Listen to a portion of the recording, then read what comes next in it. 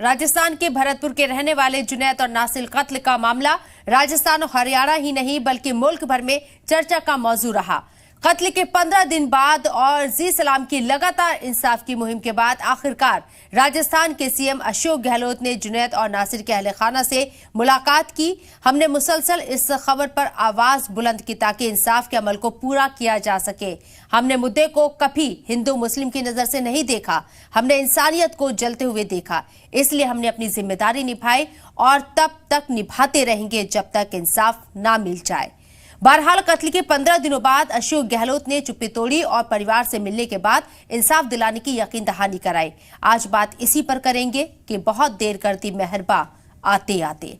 बहस का आगाज करें, लेकिन उससे पहले देखिए अशोक गहलोत ने क्या कुछ कहा।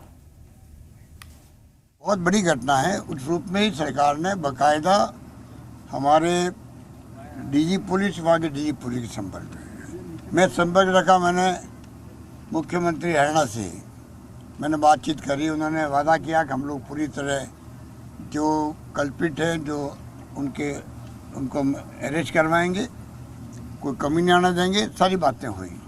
इतने दिन बीत जाने के बावजूद भी वो लोग पकड़े नहीं जा रहे हैं।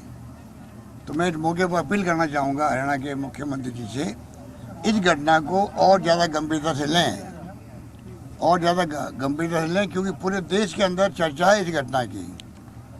जैसे उदयपुर की घटना की चर्चा थी, उसी ढंग से इस घटना की चर्चा है। फर्क इतना ही है कि उसमें पुट था आतंकी गतिविधि का।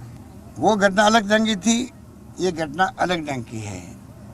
और यूएपीए की धारा उसमें लगी है। इस घटना को हम किसी भी कीमत पर कम नहीं आंक सकते। चाहे वो घटना आतंकी हो, वहाँ भी इंसान चला गया, यहाँ भी 2 इंसानों की मौत हो गई। तो उसी ढंग से हम लोग पूरी तरह लगे हुए हैं। अरेस्ट हो मुलजिम, उनको फांसी की सजा हो, चाहे उदयपुर हो, चाहे वो ये घटना हो। ऐसे जो करतूत करने वाले लोग हैं, इनको फांसी से कम से होनी नहीं चाहिए।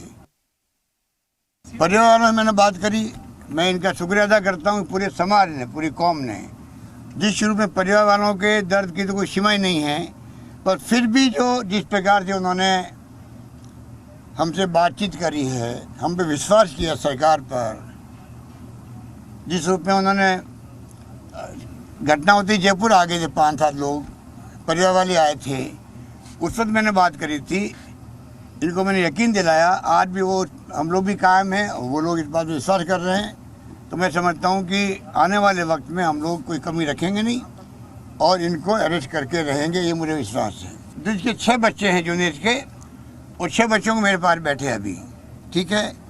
उनकी पत्नी है और दूसरा भाई जो है उसके बच्चे नहीं है, उसे कोई गोद लिया होगा, उसकी खाली पत्नी बची है। मैंने तय किया कि सबको 5-5 लाख रुपए इनको FDR करवाएंगे हम लोग। कुछ अमाउंट 1-1 लाख का कैश देंगे, 4-4 लाख FDR करवाएंगे, जिससे कि कम से कम ये बड़े हों तो इनके पढ़ाई के लिखाई के अंदर काम आ सके, शादी ब्याह में काम आ सके। इस प्रकार से प्रति बच्चा और दोनों पत्नियों को इन सबको 5 लाख रुपए मिलेंगे। ये मैं इस मौके पर कहना चाहूँगा, जिससे कि बच्चों को भी लगे, बच्चों को परवरिश करने के लिए भी परिवार का हौसला बुलंद हो सके, रह सके, मेरा मानना है।